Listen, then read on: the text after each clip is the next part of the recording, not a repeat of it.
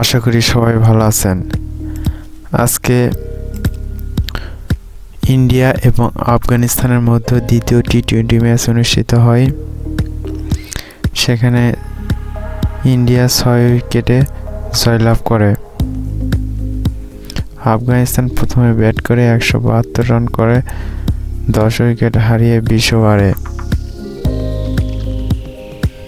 দলের পক্ষে সর্বোচ্চ গুলবাদ্দিন 57 রান করে।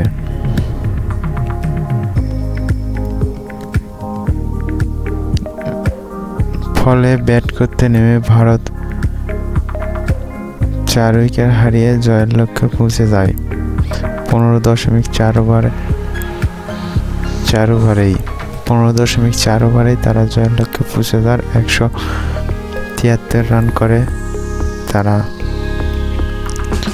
ভারতের হয়ে সর্বোচ্চ রান করেন জয়সওয়াল 68 এবং শিবম দুবে অসাধারণ ব্যাট করেন। 32 বলে 63 রান করেন।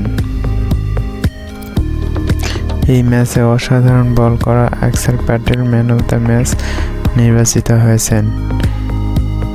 4 ওভার বল করে 17 রানে 2টি উইকেট লাভ করেন অক্ষর। এছাড়া রাজদীপ সিং 3টি উইকেট লাভ করেন। 4 ওভার 32 রান দিয়ে 3টি উইকেট লাভ করেন। এছাড়া রবি বিষ্ণই 4 ওভার 39 রানে 2টি উইকেট লাভ করেন।